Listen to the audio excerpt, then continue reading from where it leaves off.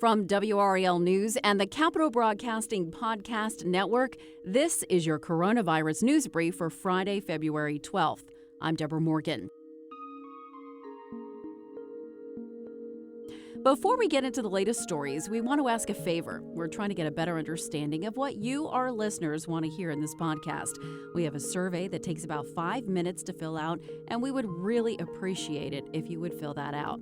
You can find it at WRAL.com/coronapod. Again, that's WRAL.com/coronapod. Now for your local headlines. Vaccine distribution continues to reach more North Carolinians as more than 1.5 million doses have been given across the state. On Wednesday, Governor Cooper announced educators would be moved up in the priority list for vaccines. Starting February 24th, teachers, school support staff, and child care center employees are eligible to receive the vaccine. Many people have been pushing for educators to move up on the list as lawmakers, parents groups, and the governor himself work to safely get students back in the classrooms. Others in Group 3, which include first responders, restaurant workers, grocery store employees, and farm workers, will be eligible to receive the vaccine starting March 10th. The first mass vaccination site in Wake County began Thursday at PNC Arena with the goal of distributing 1,000 doses and the hope of gearing up for larger events in the future. As North Carolina continues to struggle with getting enough supply of vaccine doses from the federal government, former FDA-Chair McClellan warns in a new op-ed in the Wall Street Journal about how a potential oversupply of vaccine this spring should change vaccine distribution now. Dr. McClellan, tell us, how could we have too much vaccine?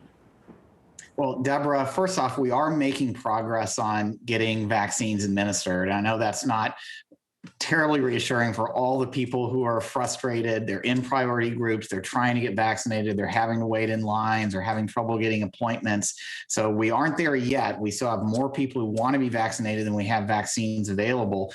But if you look around the country, about 48 million Americans have gotten 48 million shots have been given to Americans. And with the vaccines that have already been approved from Pfizer and Moderna, they're expecting to have a total of 100 million doses each available by the end of March. So that's a lot more vaccines coming.